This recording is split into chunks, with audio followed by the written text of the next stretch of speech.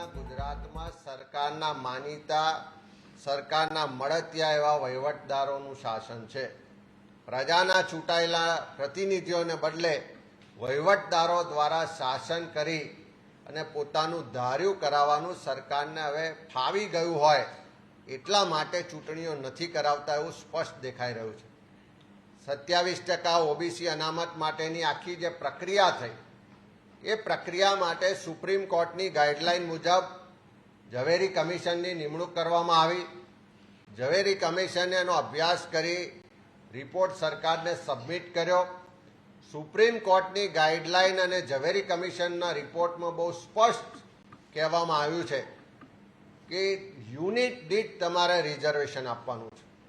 સરકારે પોતાના રાજકીય એજન્ડા મુજબ એમને ફાવે એ રીતે 27%નો નિર્ણય લીધો અને એની પોલ ખુલી ના જાય એટલા માટે ઝવેરી કમિશનનો રિપોર્ટ જાહેર કરવામાં નથી આવતો। છેલ્લા 1 વર્ષથી માગણી કરીએ છીએ, લેખિતમાં મૌખિકમાં વિધાનસભામાં પણ માગણી કરી છે, તેમ છતાં સરકાર આ ઝવેરી કમિશનનો રિપોર્ટ પબ્લિક ડોમેનમાં જાહેર કરતી નથી। વિધાનસભાના ફ્લોર પર પણ મૂકવામાં ના આવ્યો।